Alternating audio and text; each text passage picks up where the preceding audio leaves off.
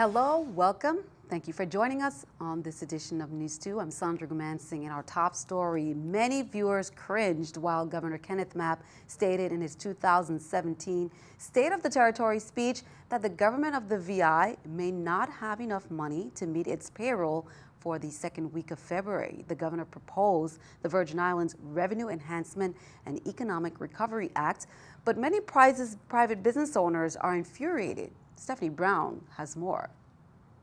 The Committee of Finance met today along with several testifiers at the Earl B. Otley Legislative Hall on St. Thomas.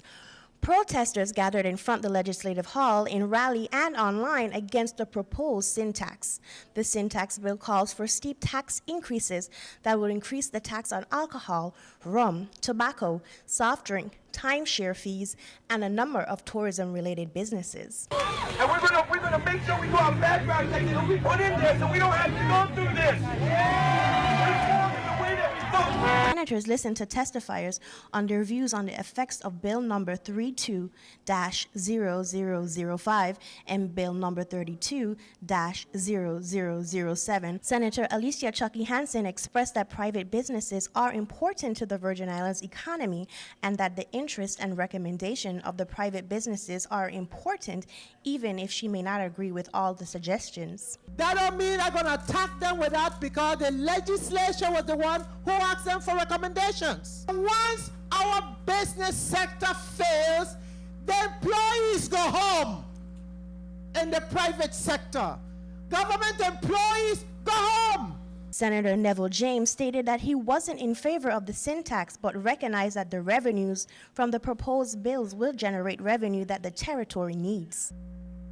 We could cut, then the next thing you know, when something happens and we don't have any policemen to come to address an emergency situation, you're going to blame government then? Because it works both ways.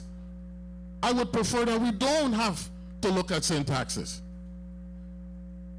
But with all due respect, government has services to provide to the people of the Virgin Islands. No decisions were made in regards to the proposed sin tax, but the legislative body did concur that the territory was in a fiscal crisis. But we need everybody to be a part of contributing to the government of the Virgin Islands. And if everybody in the Virgin Islands were paying their fair share, we would not need this measure today. Stephanie Brown, News 2. So as the governor's economic and enhancement proposal is deliberated on the legislative floor, News 2 will keep you updated. Meanwhile, protesters hit the streets this morning at the legislature to demand that senators strike down that proposal to raise taxes. Most were from the business community. They were chanting, signs in hand, lining both sides of the street, even down to the waterfront. Now, the protest started about 9 a.m. and lasted a few hours. Some business owners say it was so important to be heard today that they closed their business and opened after the protest.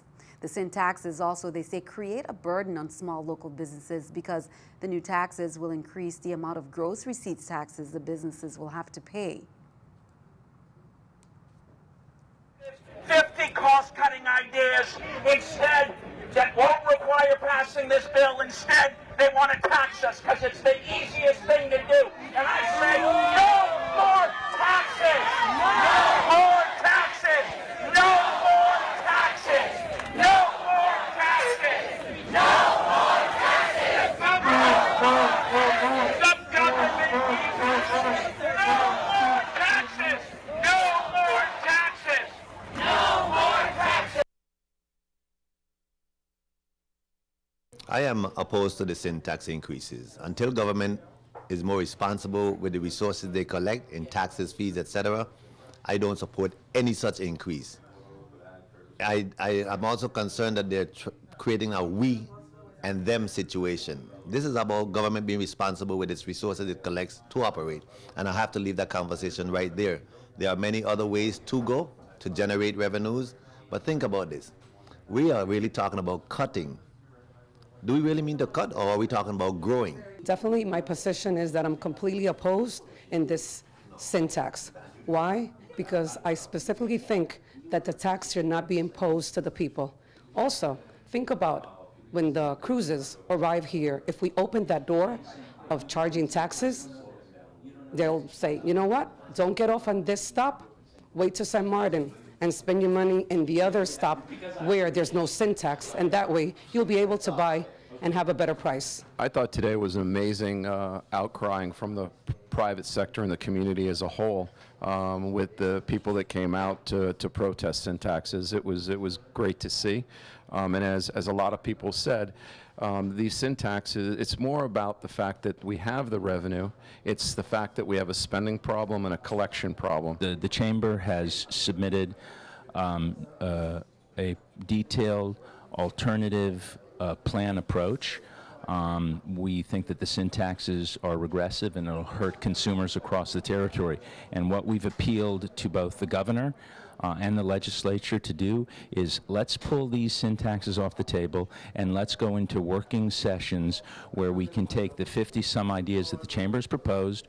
The executive branch can put their best ideas on the table, the legislature can, and we truly analyze each one and come up with a consensus plan that we can present to Virgin Islanders as a way of moving forward and alleviating the crisis. I want to go on record and let you know that one of the last things that I ever want to do is to raise taxes. I personally do not like taxes. Like I said, however, though, I do recognize that there are times that it's a necessary evil. We know that government raise funds, revenues, if you will, via taxes. And so sometimes it's a necessary evil.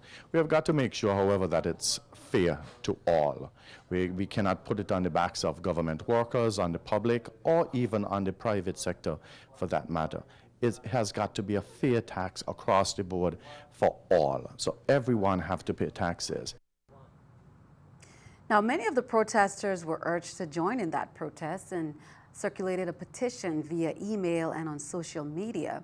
Now on Facebook, with more than 2,000 followers alone, the page is called Say No to Sin Tax USVI, and they urge followers to tell the senators of the 32nd legislature to vote no to the proposed sin tax bill. The petition states, we, the undersigned, say no to sin tax in the USVI. Our elected officials in both the executive and legislative branches of government are rushing to pass a sin tax that affects everyone who buys sugary carbonated beverages, beer, wine, liquor, and spirits. The sin tax will not bail the government out of their financial problems and has the potential to devastate locals who are already under the strain of high prices at the grocery store and restaurants. Rather than listen to the public and business representatives who are pointing out that other measures can be taken that do not further tax Virgin Islanders, these elected officials are ignoring our pleas. The sin tax directly affects me and or my family, and I oppose it. Again, that is that petition online. Virgin Islands Governor Kenneth Mapp has taken major steps to reduce the cost of government operations, given that cash revenues flowing into Treasury are insufficient to meet current expenses. Here's more from Government House.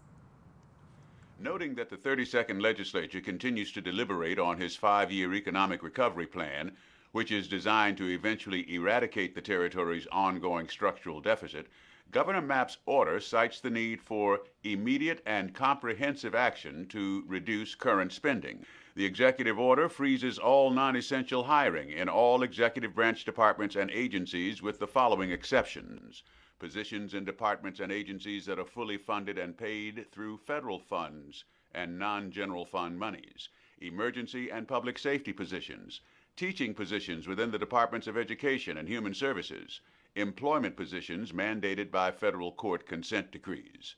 The executive order also suspends immediately all wage negotiations pursuant to the instructions contained in and the ruling of the United States Court of Appeals for the Third Circuit in the VIESA case.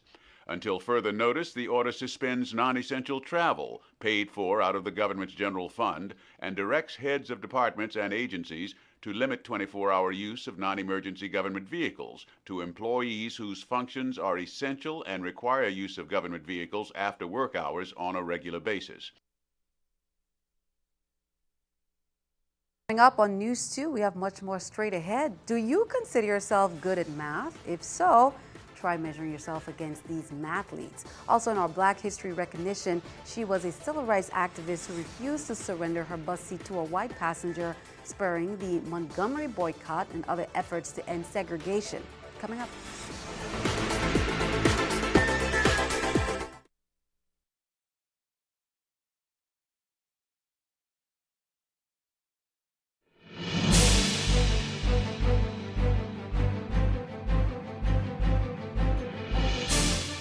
Welcome back. The Executive Committee of the St. Thomas Democratic District Committee wrote to Senate President Myron Jackson regarding the opinion of the eligibility of Kevin Rodriguez to be seated in the 32nd Legislature of the VI.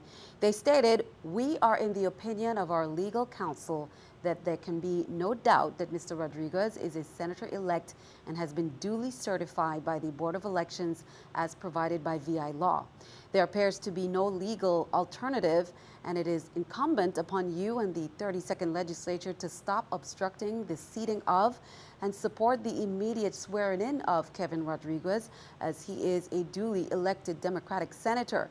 To do otherwise will contravene the intent of the law and forever remove jurisdiction from the first branch of government."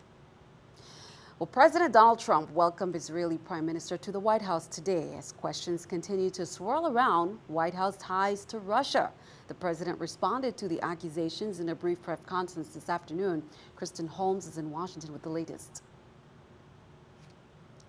Stands with you. President Donald Trump and Israeli Prime Minister Benjamin Netanyahu meeting Wednesday at the White House to address a range of issues from fighting ISIS to the Israeli-Palestinian conflict. So I'm looking at two-state and one-state, and I like the one that both parties like.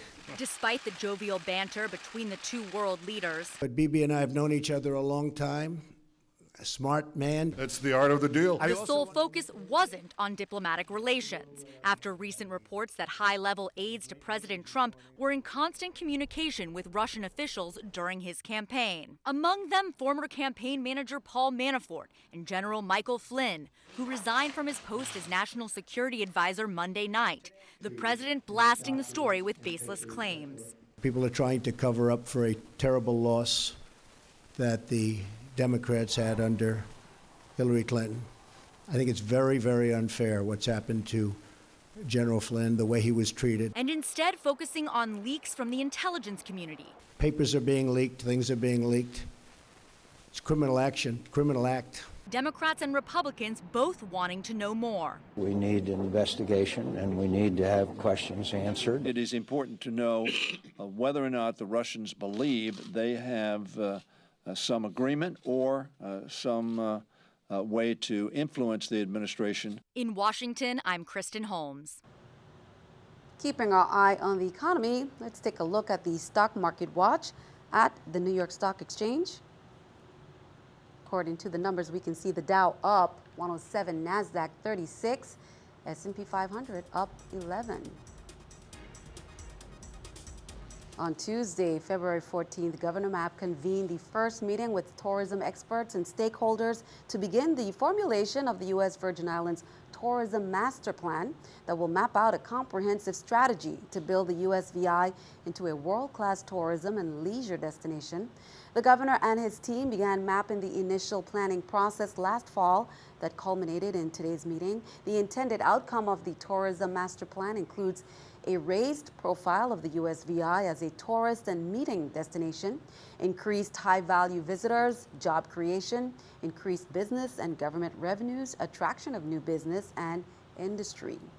Turning to crime reports, police say on February 14th at approximately 3 p.m., they made contact with Troy Etienne of Estate Lovinland. Etienne was taken into custody after he was positively identified as the individual involved in an ongoing investigation of a robbery case that took place on January 25th in the area of Smith Bay. He was then advised of his rights, placed under arrest and charged with assault third degree, possession of an unlicensed firearm, brandishing and exhibiting disturbance of the peace, and using a dangerous weapon during a crime of violence.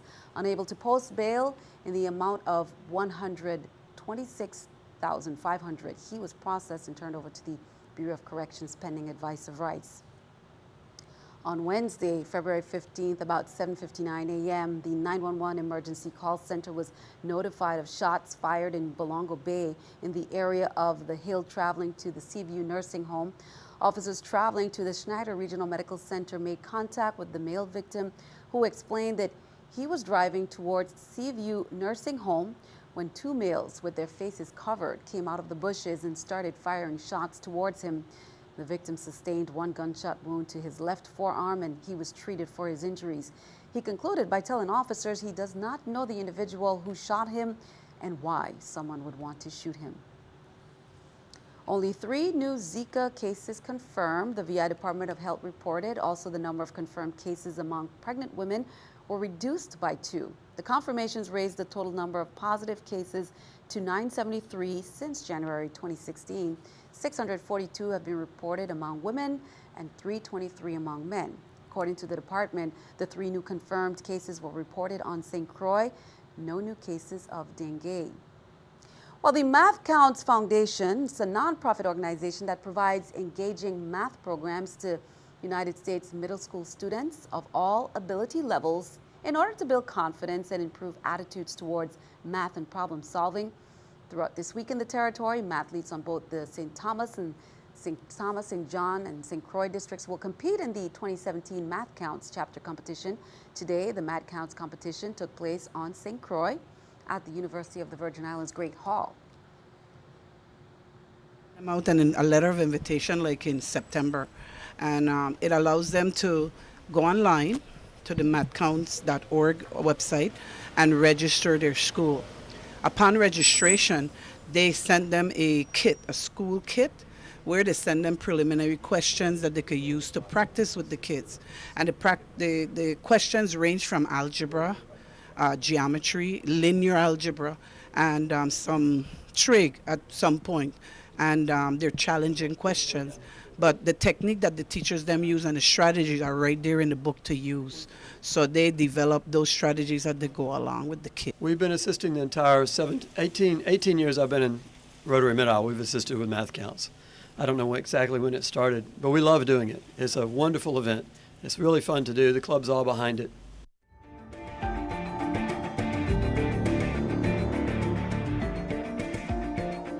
Time for our Black History recognition. Civil rights activist Rosa Parks refused to surrender her bus seat to a white passenger. Spurring the Montgomery boycott and other efforts to end segregation, Rosa Parks was born on February 4, 1913 in Tuskegee, Alabama. Her refusal to surrender her seat to a white passenger on a Montgomery, Alabama bus spurred a citywide boycott. The city of Montgomery had no choice but to lift the law requiring segregation on public buses. Rosa Parks received many accolades during her lifetime, including the NAACP's highest award. Love was definitely in the air for dozens of couples who headed over to Love City, Trunk Bay, to be exact, on St. John for that annual celebration of love vow renewal ceremony. St. John's Barefoot Minister Anne Marie Porter invited couples. She said many couples showed up to celebrate Valentine's Day in a meaningful, joyful way by renewing their marriage vows. There were a lot of tears of joy. Over 1,230 couples have participated in the past 13 years. Everyone was welcome, no pre-registration. Attendees just brought the love and themselves to Trunk Bay. Well, here's a story that will also warm your heart.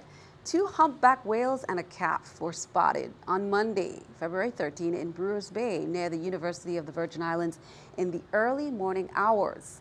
Bystanders suspect that one of the whales gave birth to the calf last night in the bay, but this is unconfirmed. However, it was a very small calf, and there is speculation that it must have been recently born. Photos were taken by UVI marine biology student Jarvon Stout using a telephoto lens on his camera after the whales had left the bay. Care was taken to stay outside the required 300-yard buffer zone for marine mammals. Stick around, your News 2 AccuWeather forecast is coming up next.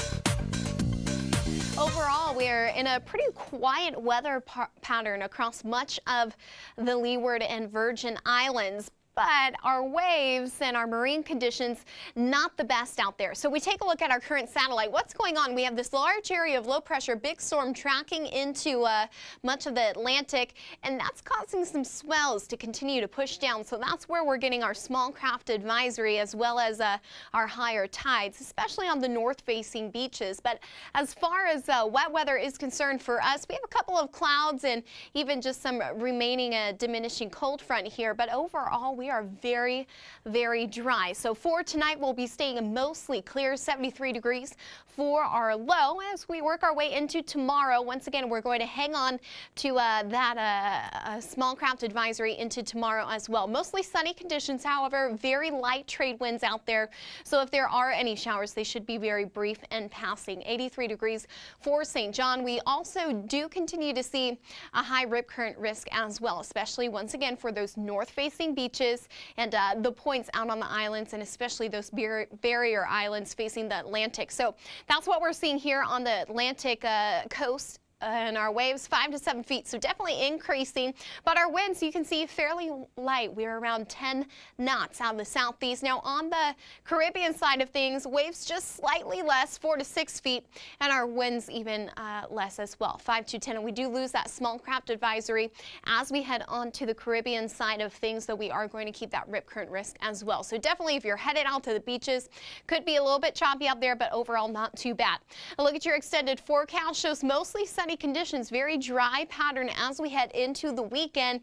As we head into the weekend, we could start to see maybe just a slight uptick in moisture. Trade's going to remain fairly light as well. We do have a cold front that's going to push through, or at least stay right around our general area, and that's where we're seeing that uptick in moisture.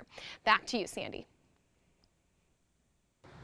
Thanks for that. We certainly felt that cold front, and nice and sunny for now. Some showers closer to the weekend. Demario Obeas, his picture is indicating that right there, representing Ricardo Richards Elementary School. Thanks for that, Demario. Send us your News 2 weather picture to the address on the screen, and then tune in to see it right here on News 2. That is all for now. Thank you for joining us for all the latest. I'm Sandra Gumansing. Have a wonderful evening.